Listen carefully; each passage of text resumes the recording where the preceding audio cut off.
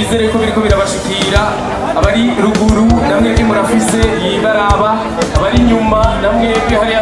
Nico gituma rero ndabasaba ngo mugiye muzogenda gutora mu tariki zitanu, reka gupfa gutora. Tora umuntu uzi, tora umuntu uzi izina ryiwe, inimero yiwe ya telefone ushobora guhamagara ukamubaza ikibazo kanaka. Reka gupfa gutora gusa abantu abari bo bose. Hari abantu bagenda gutora wamubaza ngo bagiye gutora nde, ugasanga nta zina ryiwe azi, ukagenda kubaza uti uwo uzi rero umushikira igihe wowe umukeneye, ugasanga ntufise rero umushikira. Twese twaratoye mu mwaka w'ibihumbi bibiri na mirongo ibiri. Namwe mbaza abantu igihe cyose turagira iyi minsi yo kwiyamamaza, ni bande muri mwebwe batoye abashinga amateka mu mwaka w'ibihumbi bibiri na mirongo ibiri nka jewe? Ni bande mwaka w'ibihumbi bibiri na mirongo ibiri? Mwatoye mwebwe abashinga amateka? Ni bande batoye abashinga amateka? Nuzi ukuboko nacyo bitwaye. Abantu mwari bagiye gutora, ibyo si byiza cyane. Icya kabiri, ni bande bazi izina ry'umuntu batoye ingene yitwa? Umuntu umwe gusa niwe azi umuntu yatoye ingene yitwa.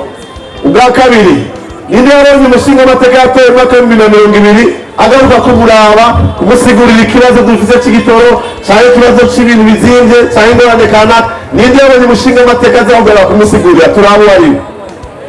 Urabona twese twaratoye, ariko abo bantu ego ntibivuze ngo ni babi cyangwa ntibabikoze neza.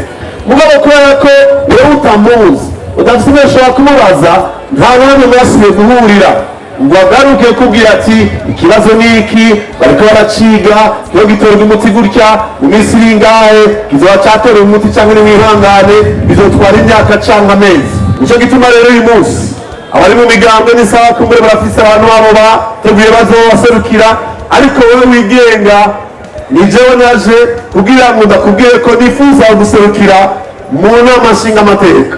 Ndakwemera ibintu bitatu.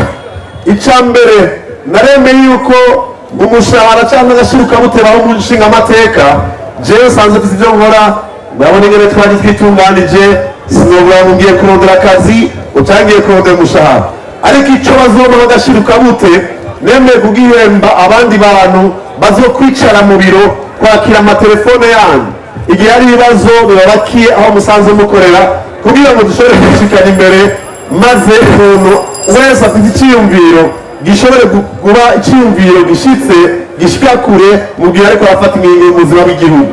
Icya kabiri, naremeye ko n'imiburiburi mw'ikomine 10 n'imigize intara ya Bujumbura n'imiburiburi rimwe mu mwaka nzogaruka. Aho navuze n'imiburiburi nk'uko nyene naje dusubire tuganire, muvuge ingene bigenda ngaha mu Kamenge, ari ibibazo mufise bishikirize, bitware mu vyigwa bagenda kwiga, turabe ingene ijwi ryawe ryoshika kure. Ubwa gatatu, nemeye yuko hazobarabaho amanama yo guhuza abenegihugu babana mu makartiye kanaka, tukiyumvirira hamwe ingene bashira ingufu hamwe kugira ngo batore ibibazo bafise mu kibano, tutarinze guhamagara leta, tutarinze guhamagara abandi bari hejuru mu burongozi bw'igihugu, ariko tugatora inyuti ivyo bibazo kugira ngo dushobore gutegura akazuza keza kacu.